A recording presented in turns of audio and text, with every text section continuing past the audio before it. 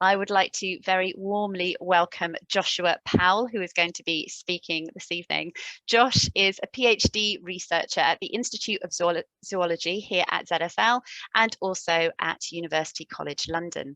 He's also a visiting research student at Seoul National University's College of Veterinary Medicine. This evening, Josh is going to be discussing conservation on the Korean Peninsula with a particular focus on the region's diverse mammal biota.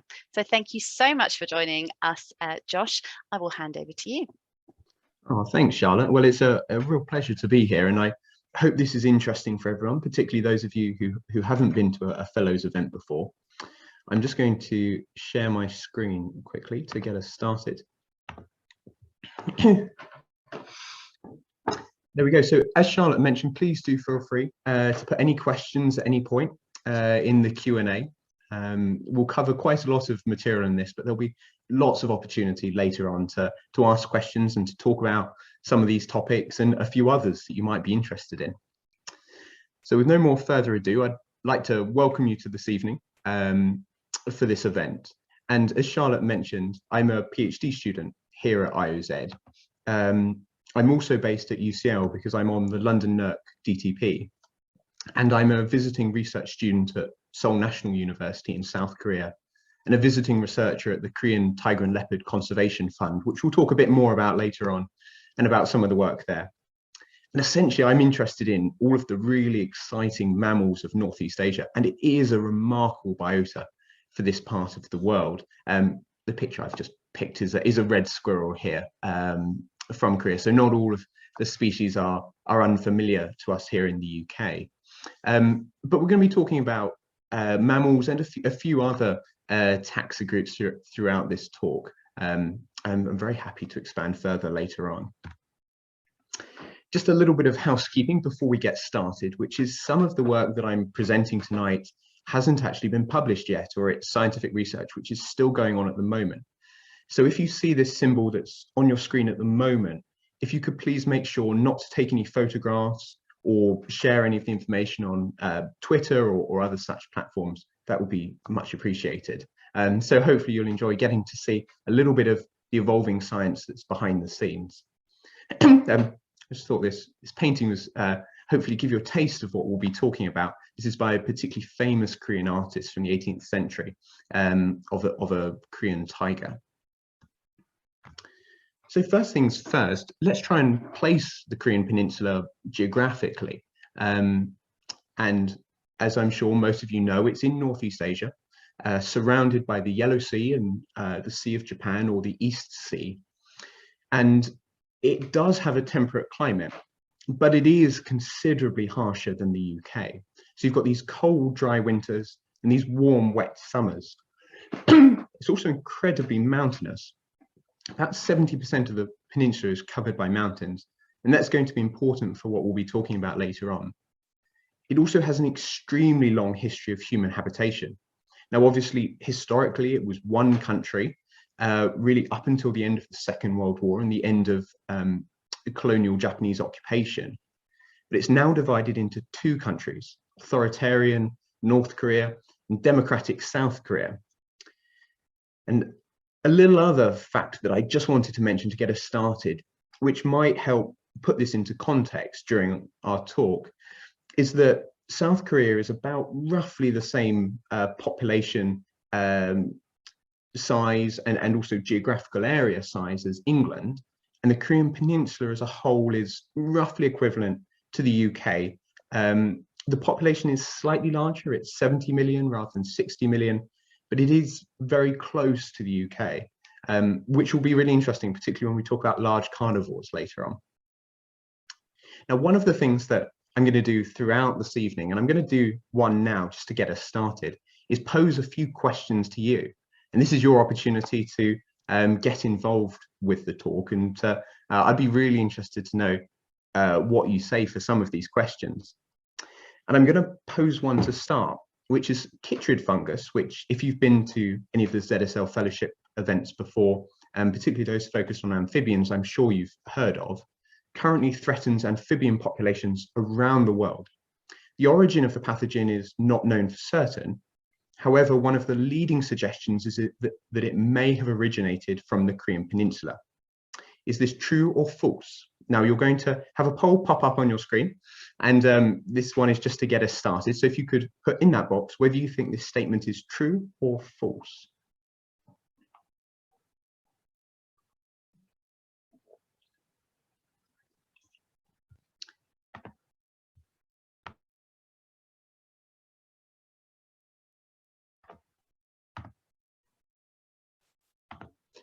So let's see if we can get some results on this one. Hopefully, here we go, come in. So 59% of people voted false and 41% true. Well, the answer to this one is true. There was a paper that came out in Science in 2018, which identified that the Korean Peninsula might have been one of the sites where chytrid fungus originated from. As I say, it's not known for certain, but it's believed that it might have originated there and spread through the global pet trade in amphibians. Now, we're not going to be talking about chytrid during this presentation. It's just one of the many amazing topics I could have been talking about, but I hope that gives you a bit of a taste just how important the Korean Peninsula is for global conservation.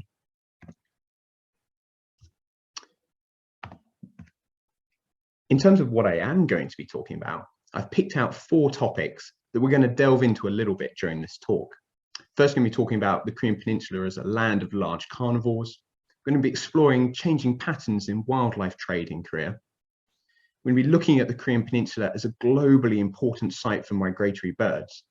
And finally, we're going to end on a little discussion about North Korea and the DMZ, or the demilitarized zone. So to get us started thinking about the Korean Peninsula as a land of large carnivores, something that from experience when talking to people about conservation in Korea, they're often not aware of, sometimes even Koreans themselves, is that the Korean Peninsula was historically home to a wide range of large carnivores, and in particular, the Amur tiger, the Amur leopard, and the Asiatic black bear, which you might know as the moon bear. And this zoomorphic map from the early 20th century really shows the powerful symbolism, especially around the tiger. So here the Korean Peninsula is drawn as a crouching tiger. And it's this interesting juxtaposition for the tiger in particular, between the tiger as this symbol of the Korean people and the Korean Peninsula, but also a source of extreme fear historically. We'll get into that in a bit. Unfortunately, the Amur tiger and the Amur leopard were both extirpated from South Korea, although the Amur leopard persisted remarkably until 1970. This is now one of the world's rarest big cats, and it's only found on the border between Russia and China. The Asiatic black bear, though, has persisted, and there is a small population in South Korea, and it's believed to be present in North Korea at the moment. And there is so much I could have talked to you about this, but I decided to focus on one little bit of work that I've been leading here at ZSL, which is that we've recently had a paper out in Frontiers in Conservation Science, which has showed that Amur leopards, this incredibly rare big cat, were present in urban Seoul in the late 19th century. We know from contemporary examples that leopards can occur in a wide range of cities, even megacities like Mumbai. But this is some of the earliest recorded leopard populations in a city, and one of the few involving an Amur leopard that anyone has. It's really quite remarkable.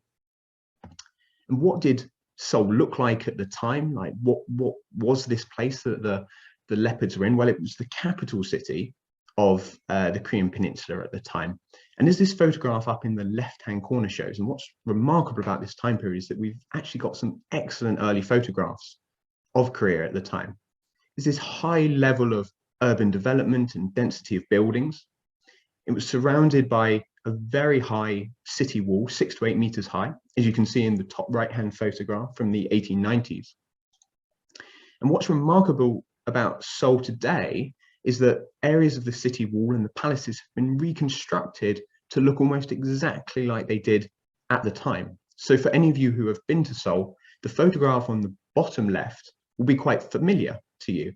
Now, this photograph was taken from the time period of our study, the late 19th century. But the main gate of Gyeongbokgung Palace looks almost identical to how it looks today, because it's been reconstructed in that way. And there were 5 major royal palaces around the city, several of which have been abandoned, sometimes even for centuries. So they've been damaged during the war with Japan in the 16th century. It was incredibly expensive to reconstruct these palaces, so they were left for long periods of time. And these patches of natural vegetation, which also had ponds, sometimes even had alternative food supplies. So Gyeongbokgung Palace had a captive deer population in its grounds, while there were also urban pigs and stray dogs in the streets of the city, meant that the city was able to provide suitable habitat for leopards, quite remarkably so. And another kind of key area of the city was the area around the foreign embassies, which is what the photograph in the bottom right-hand corner shows. So this is the Russian embassy, which is where there are a number of sightings of leopards in the late 1800s. And what's really interesting is that because of the usage of particular words in Korean to refer to the tiger and the leopard, often the first foreigners that were arriving in Korea in the late 1800s, so in the 1870s onwards, weren't actually initially sure what big cat was in the city. And this British individual who was based in Seoul at this time was actually hired to track down a big cat. Now, he'd been told it was a tiger, and he tracked it down to one of these abandoned palaces. We've been able to get it down to it's one of these 2 palaces, but we can't quite work out which one it is. And he sends his assistant into the sewers to try and see what animal is in there. He thinks the big cat might be dead, and to the assistant's surprise, there is a live leopard in there. The leopard is subsequently killed, but it's just one example where foreigners end up encountering leopards when originally they thought it might have been a tiger based on the description they were given. Now, tigers certainly occurred on the Korean Peninsula, so what happened to them? Well, first and foremost, human big cat conflict has a long history on the Korean Peninsula. As I mentioned, it's a fairly small area with a fairly dense human population. And there are records of human tiger conflict going right back to the 7th century. And particularly in Korea's main Joseon dynasty of the past 500 years leading up until Japanese occupation, there was a state-led corps, the Chakukapsa, professional tiger hunters. This photograph here is of Korean tiger hunters in the late 19th century. It's really remarkable that we have these images. So tigers had been depleted, leopards had been depleted by the turn of the 20th century, but there was a really important shift towards extermination of these big cats during colonial rule. So it's between 1910 and the end of the Second World War in 1945. And this was a combination of trophy hunting of tigers, which was actively encouraged, but with the intention to exterminate the species, and an eradication program. And leopards were also caught up in this. So we know that 624 leopards, this is Amur leopards, so as I said before, one of the world's rarest big cats, were killed within this time frame. And the last confirmed record of a tiger in what is now South Korea was in 1924. Now, this illustration, which is from a nationalist newspaper in Tokyo during this time period, is of the Japanese Governor General bayoneting a tiger. And interestingly, it makes a direct comparison to Teddy Roosevelt, big game hunting in Africa. That's the figure in the top right-hand corner. But it's also interesting because of what we know about the symbolism associated with the tiger. Remember that zoomorphic map that I showed you earlier?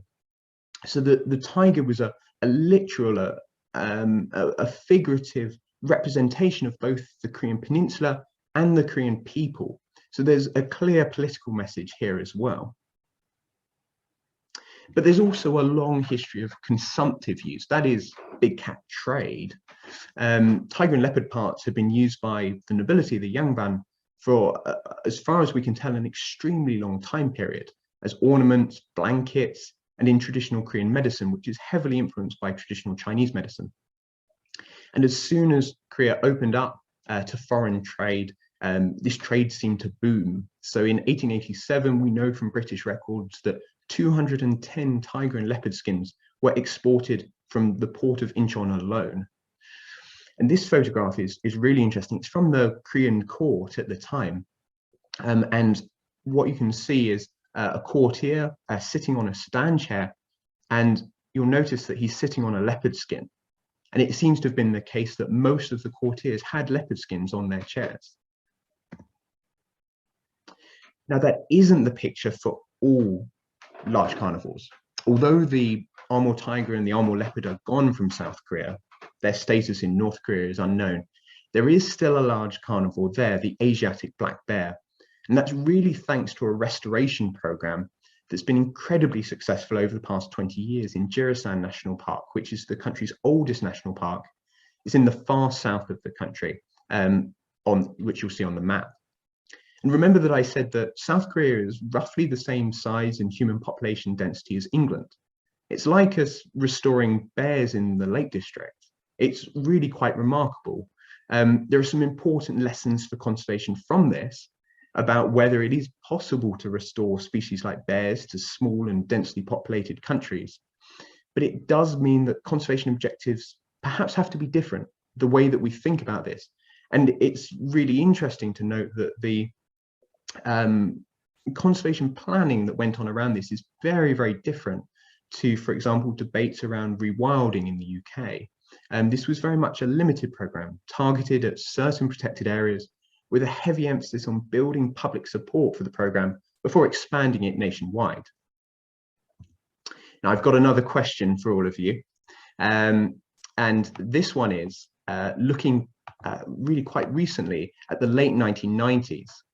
And what I'm going to ask is that by the late 1990s, it was suspected that South Korea's wild population of moon bears, or Asiatic black bears, had been reduced to how many individuals? Now, the poll's on your screen at the moment, and I'd like you to vote between either 0, less than 5, or around 50. I'll give you a minute just to put your answers in on the poll.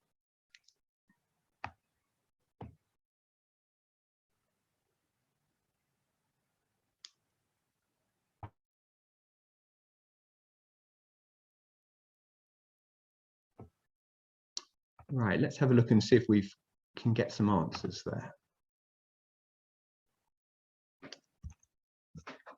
So 10% of you put 0, 60% went with less than 5, and 30% went around 50. Well, the majority of you got it right. It was thought to be less than 5, which is why this restoration program is not referred to as a true reintroduction. Instead, it's a reinforcement. Some bears survived in Jirisan, or at least it's thought to be the case. The population has done really well since this restoration program. Bears have actually now begun to expand outside of that main protected area. And the planning is now about where can the bears be expanded to? Would it be possible to restore them in other protected areas and to begin to join them up? It really is an incredibly exciting program. I'm going to change tack a little bit, and we're now going to have a little look at changing patterns in wildlife trade and consumption on the Korean Peninsula, and specifically in South Korea, because more's known about it there. So these photographs here are from a bear bile farm. I took them in June. And it is important to acknowledge that there is a long history of wildlife trade on the Korean Peninsula. Until the 1990s, South Korea was one of the world's largest exporters of tiger bone, until the country joined CITES. And in this time period, the government also encouraged the farming of Asiatic black bears for bear bile. So bears were imported from China and Russia.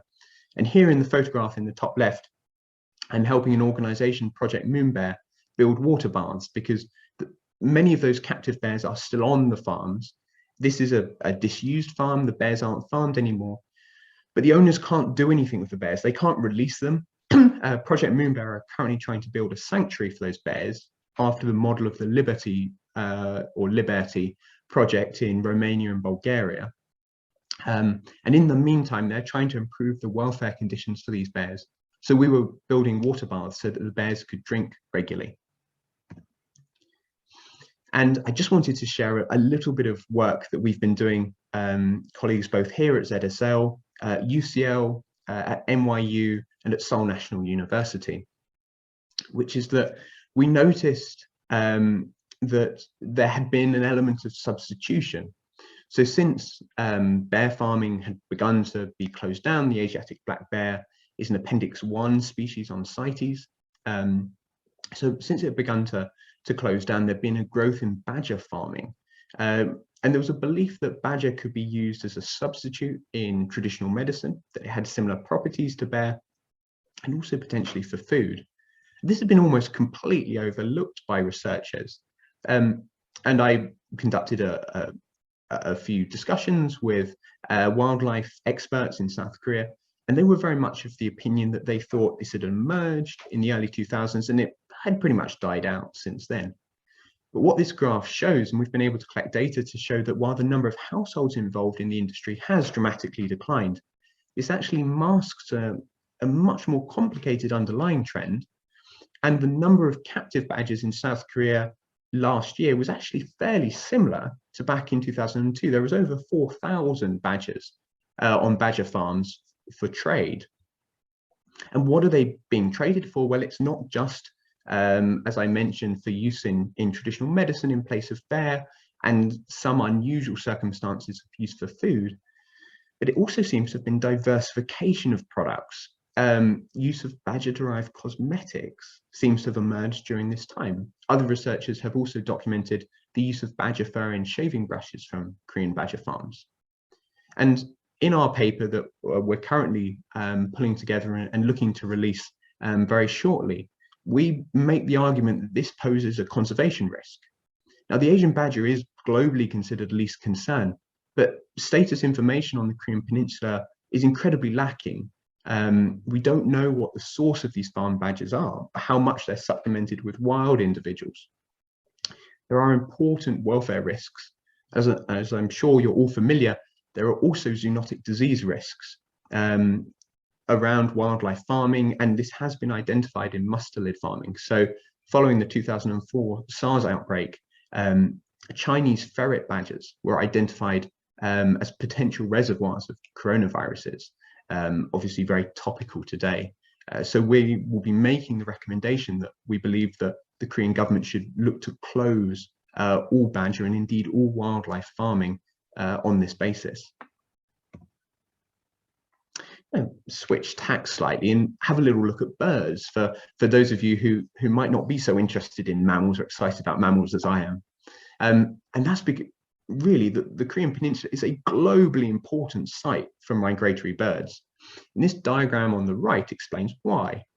You'll notice that the Korean Peninsula is right smack bang in the middle of the East Asia Australasia flyway.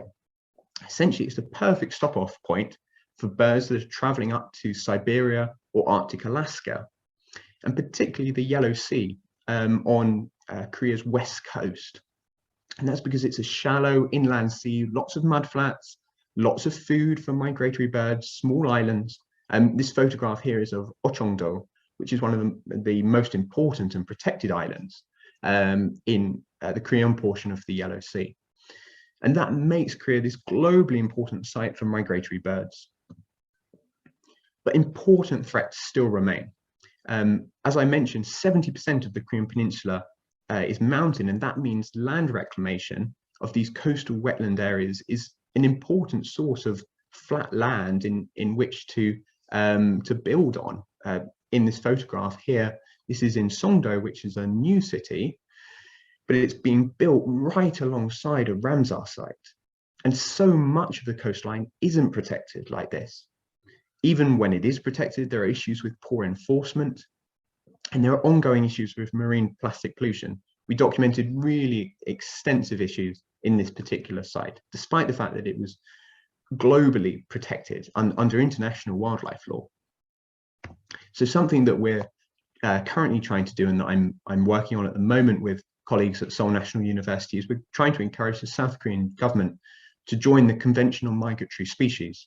Very few countries in East Asia are members, and we think that South Korea could take a really leading role by essentially signing up to this convention because it's such an important site for migratory species. Right, time for another poll.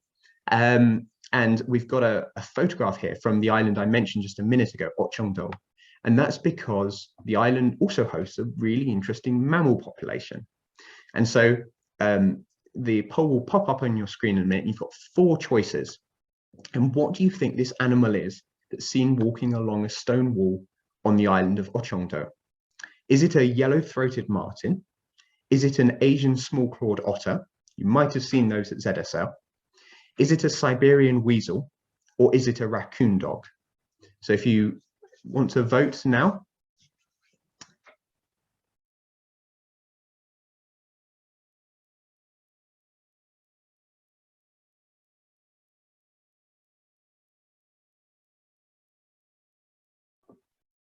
Let's have a look and see what the results were. That's very interesting indeed. Okay, so 42% of you, the most popular answer was for a yellow-throated martin. Now, this animal does occur in South Korea, but it's not a yellow-throated martin. In fact, it's the third option. It's a Siberian weasel. It doesn't really look anything like a least weasel. It looks much more like a martin. So that was a very good guess, everyone who put that down. But all 3 of those species, apart from the Asian small-clawed otter, occur in South Korea. And there's actually an urban population of raccoon dogs, which I'm very happy to talk about later on. But yes, there's a very interesting Siberian weasel population that occurs on this island. There we go. So that's what a Siberian weasel looks like. And finally, just before we move on to questions, I just wanted to delve a little bit into the DMZ and North Korea. This image, I'm sure, will be very familiar to all of you. Because, of course, the Korean Peninsula is divided almost exactly in half. And half of that has been very poorly studied over the past 75 years, particularly for certain taxa groups like mammals. Now, there have actually been some studies for birds in North Korea during this time, observational studies, very short term, what was possible by groups while they were there for other purposes. But as a result, the mammal populations in North Korea are almost entirely unknown. And there are some really important questions that we'd be interested in. I mean, obviously, what species persist there, but also what are the ongoing threats to wildlife there, both inside and outside of North Korea? Because we know that Chinese tourists to North Korea have been sold tiger bone wine. So first of all, what is the authenticity of that? Is that really tiger bone wine? And if it is, where are those bones coming from? Opportunities for the recovery of wildlife in North Korea, obviously very interesting, and the demilitarized zone is this ecologically important landscape. And that's because it's been relatively undisturbed for the past 75 years, and therefore there's a diverse range of wildlife that's been recorded here. And it's actually believed to be now an important site for a number of endangered migratory species. And there is substantial international interest in turning this into an ecological peace park. There are obviously a huge amount of practical challenges, which any Korean politician would tell you. But it does seem to be an important site because of this loss of habitat, because of land reclamation in South Korea. The DMZ seems to now be increasingly important.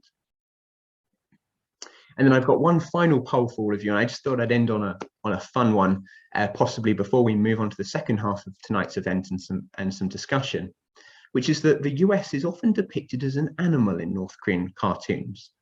Which animal? And you've got a choice of 4 animals. Is the US depicted as a bald eagle, as a tiger, as a rabbit, or as a doll? So things on buzzers, if you all want to put your answers in on the poll.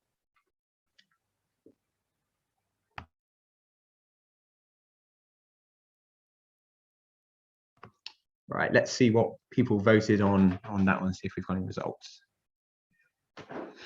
So this was interesting. There was a split between a bald eagle, 37% of you went for that, or a rabbit, 46% of you went for that. Well, as you'll remember me saying, the tiger is used symbolically for the Korean Peninsula and the Korean people, but the rabbit is often used for South Korea, interestingly. The US is often portrayed as the doll, so well done to the 7 of you who got that right. A doll, or a wild Asian dog, very similar to a wolf, is seen to be having this potentially sneaky characteristics, or not to be trusted. And so the US is often depicted as a doll in North Korean cartoons.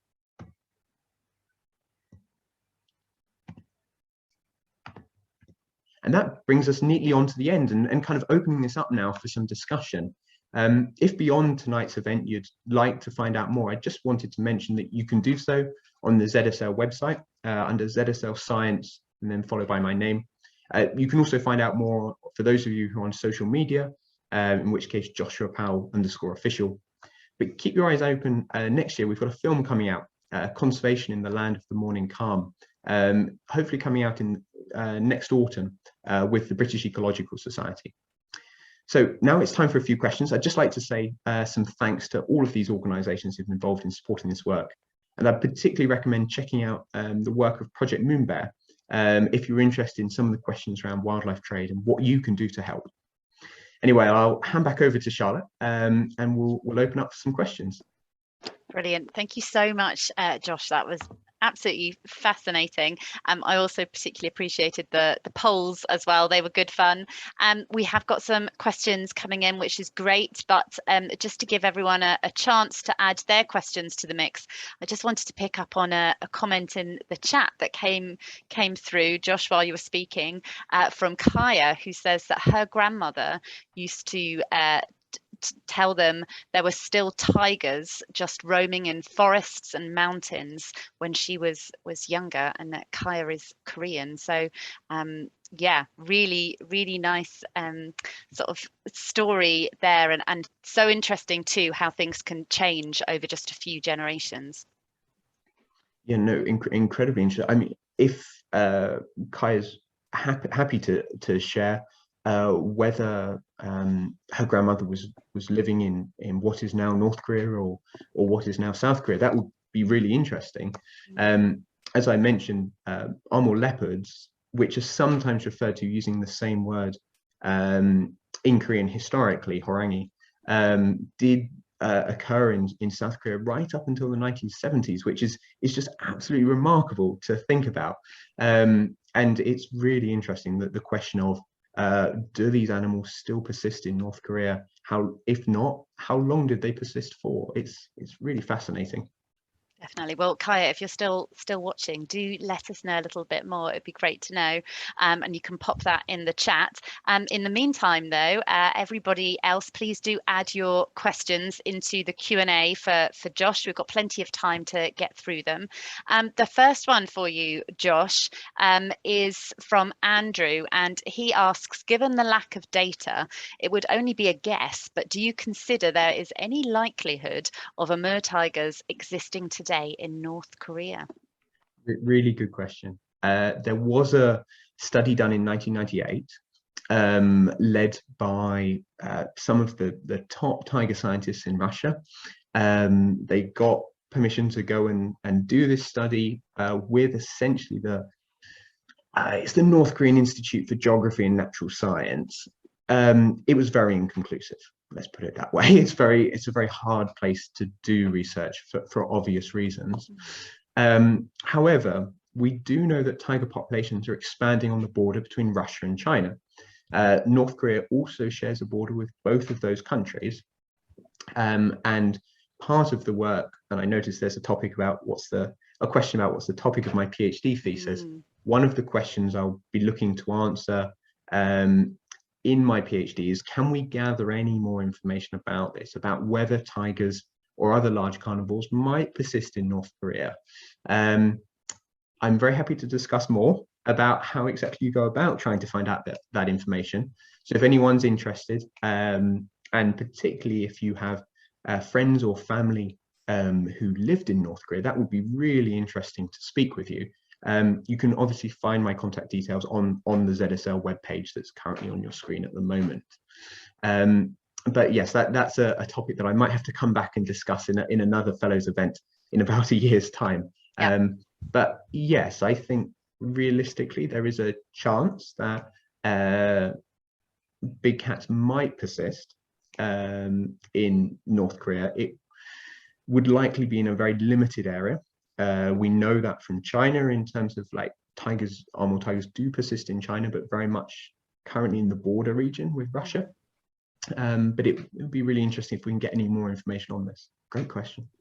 Yeah, absolutely. And it does sound, though, hopefully, Josh, maybe in a year or two's time, you might have more to tell us. So on the topic of your PhD thesis, as you mentioned, there is a question asking kind of more about that. Is there anything else that you're trying to find out as part of your PhD? Yeah, so Korea is actually only a portion of my PhD. I'm interested in big cat conservation, actually large carnivores in general. So the PhD is based around Amur tigers, but you can use the same approaches essentially for all of these large carnivores. But how do you protect them across international borders? So we've mentioned that tigers and leopards used to occur in South Korea. They might occur in North Korea, we're not really sure. We know they occur in both China and Russia. All of these are very different countries with very different management systems and political regimes.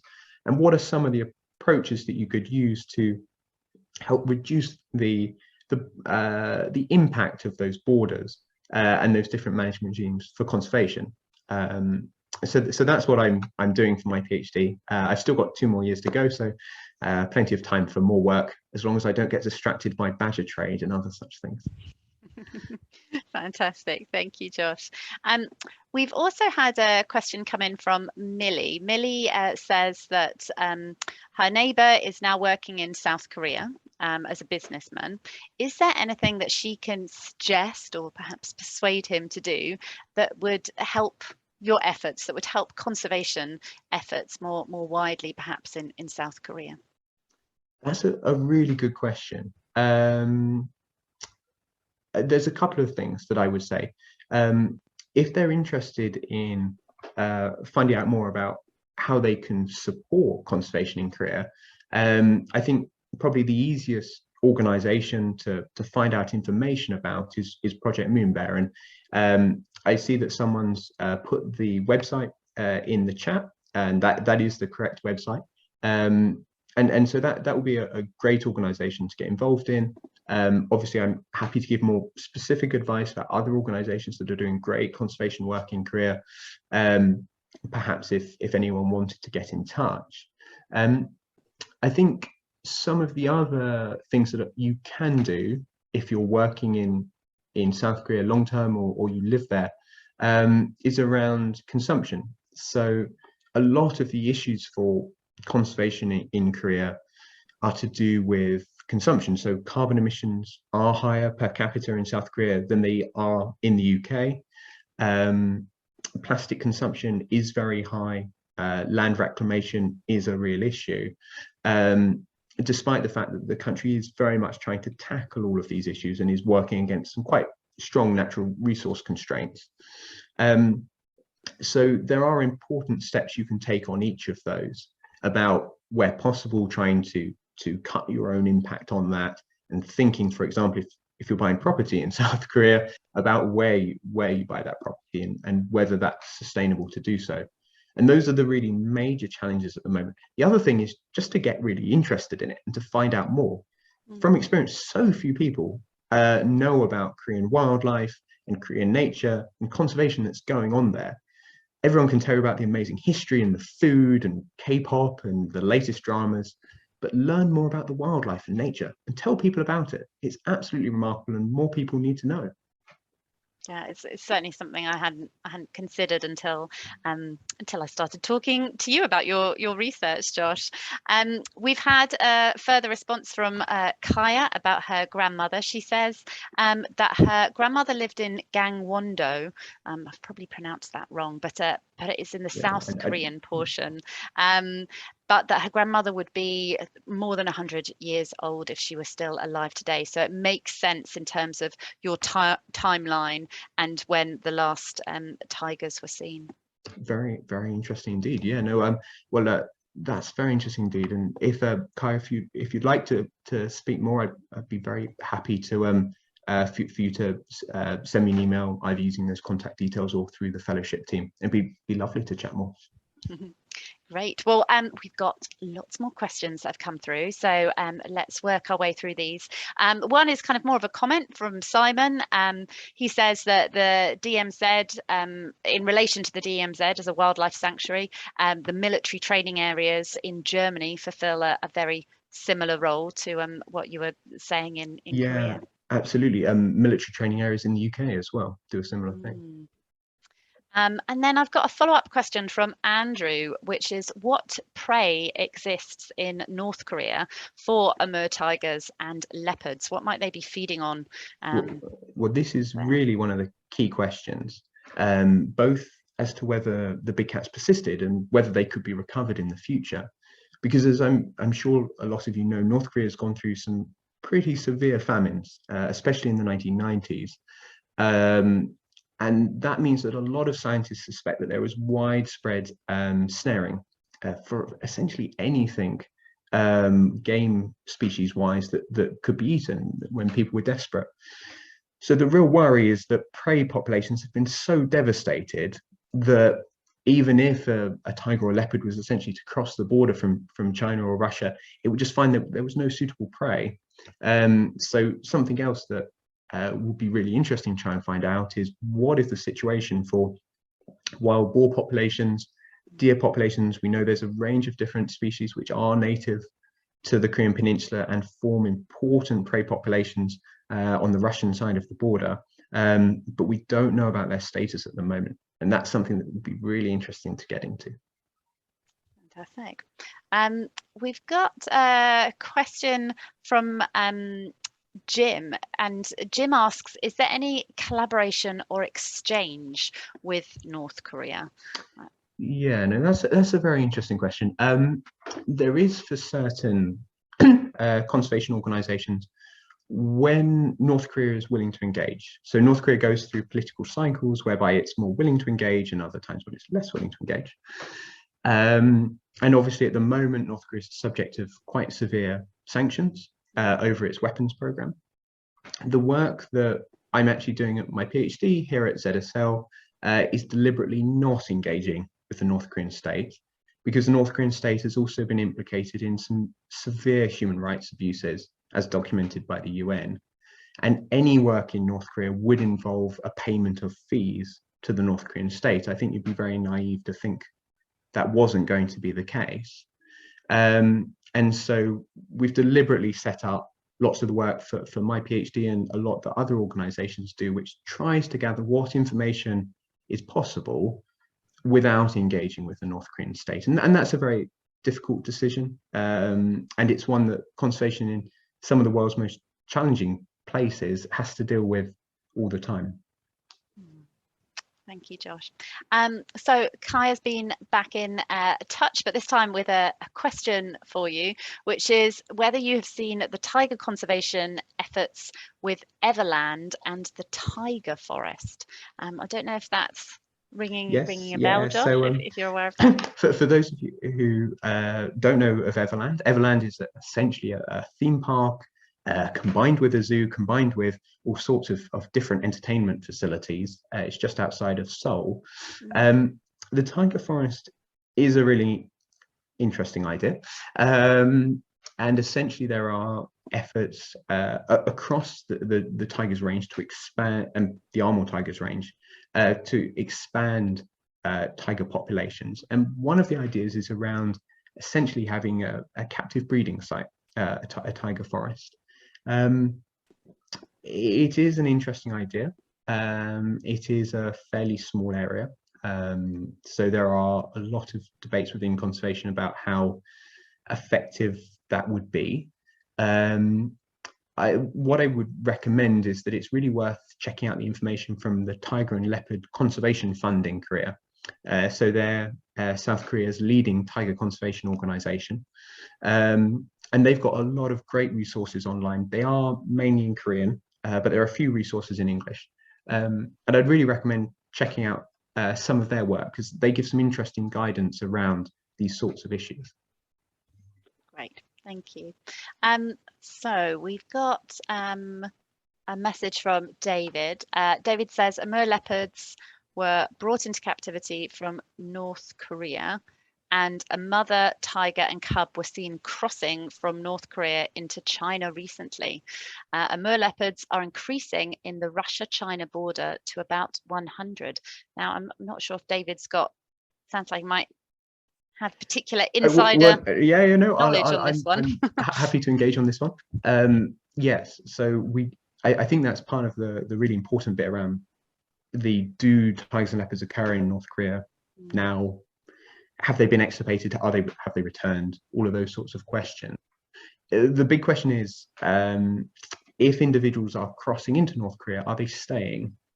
And that's something that we just don't know at the moment. So we do, as David quite correctly points out, we do know that individual big cats have crossed into North Korea. There are, I believe there's been an observation, as David mentions, but I certainly know that there have been tracks which suggest that would be the case.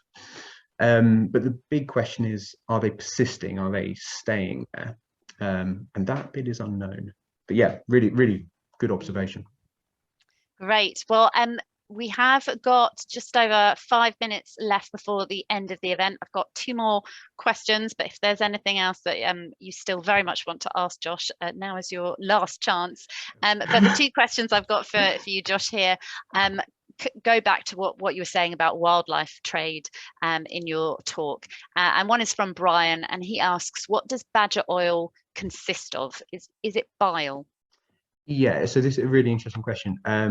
It seems to be different, essentially, but the oil component, as far as we can tell at the moment, without buying a bottle and analysing it, which we will, essentially it may involve me having to go and visit a badger farm to work out exactly what this is.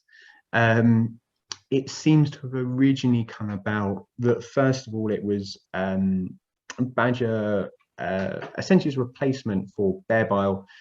You would have the badger's gallbladder in alcohol, and that was a medicinal drink. The badger oil seems to have evolved from that. It's not immediately clear, as I say, exactly what's in it, what it's being mixed with, but hopefully we'll be able to find out a bit more when we publish our report after Christmas.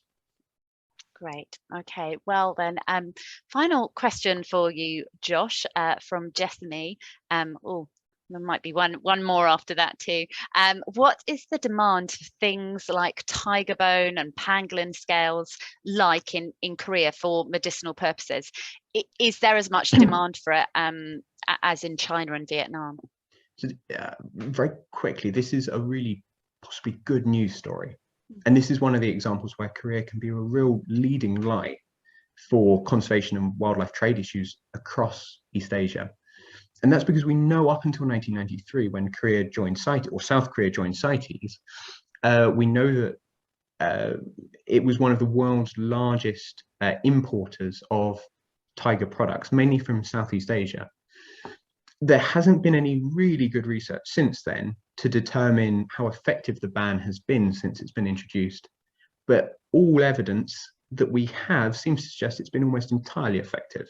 Like, demand has just absolutely plummeted, which is an amazing success story. And what I'm really interested in is, how can we learn from that to then help the implementation of bans in other countries where they haven't been quite as effective?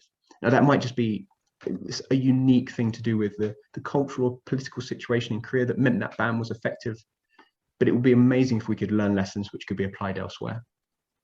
It certainly sounds as though there's a lot we can learn from Korea and better understanding sort of conservation and conservation science there. One final comment then for you, Josh, which is from Simon. And Simon says that he believes that South Korea is currently consulting on whether to ban eating dogs. So yes, it does happen in very small quantities. It's very much going out of fashion. And I noticed that Kai has also put a comment in the chat quite correctly that there doesn't seem to be this demand for exotic animal products. And although the dog is obviously a domestic animal, it's not a wild animal, it very much seems to be going that direction as well. And that's all really positive. So yeah, some great steps in that regard, and a very positive story, really. Absolutely. Just very quickly, I noticed that there was one question about what is CITES. Yes. CITES is spelled CITES. It's an acronym, and it's the Convention on Trading or International Trade in Endangered Species. So it manages things like, for example, banning trade on tiger. Thank you for that, Josh. And also Lyndsey and I have just put a couple of links in there so you can find out more about CITES if you're interested in that. But that was really helpful. Thanks, Josh. Super. Well, that brings us to the end of the event. Joshua, thank you so much for your fantastic presentation this evening. There's lots of praise for it in the chat, and it was great to see, I mean, from the number of questions we've had as well, how much people appreciated it, and we're also really interested to find out more as well. I do have a final poll to run with everyone before you go, and this is largely for Lyndsey and I to get a better idea of who you'd like to hear from next. What presentations and talks would you like to see us programming for fellows in 2022 next year? So you've got lots of options here. The question is hopefully up on your screen now. It's multiple choice, so you can vote for as many of these as you like, but hopefully this will start to give us an idea as to perhaps the different topics to prioritize in the upcoming program. So this includes ZSL's work within the UK, bringing back species from the brink of extinction, wildlife and human coexistence, wildlife health research, animal husbandry and veterinary care, conservation technology, conservation policy, our library and archives, and our library has now reopened and you can now access it. So perhaps you'd like to know more about what's behind the scenes there, or perhaps something else, and if there's something else that you'd really like to find out more about, then do email fellowship@zsl.org. I can see Lyndsey pointing away to herself there, so yeah, do let Lyndsey know what else you would like to find out about. I'm going to leave that poll up just for a few seconds more, but I'm going to hand over to Lyndsey for a final word. Thank you so much, Joshua. That was really, really fascinating, and it was great to see so many people engaging with it. I think the polls were definitely a popular part of the evening, so thank you. I did get the question about what animal it was. I did get it right, so I was very pleased this afternoon. So well done. It was really, really interesting. So please do make sure that you answer the poll and send me any of your talks that you are interested in hearing about in future, because obviously that does help me in planning for next year, because we've already got some really interesting talks in place, potentially one around pathology. So any veterinary students out there, because I know we have a lot of RVC students with us this evening, that I think you'll very much enjoy it. For those of you that aren't on the programme yet, please do join. It starts from £48 for the year, and it does allow you to enjoy a whole host of talks like this. And hopefully we can have Joshua back in future once he's got his research published, so that we can have a chat and see what findings he found out. So it'd be really great to see him in future, and it'd be really lovely to have you on the programme. If you do want to visit the library, we've got some exciting library tours at the moment. So email me at fellowship@zsl.org, because we'd love to get you booked onto those as well. So yeah, thank you very much, everyone. Fantastic. Thank you, Lyndsey. Thank you, Josh. And thank you, everyone, for joining. We look forward to seeing you again soon. Bye-bye. Thank you, everyone, for joining us. Thank you.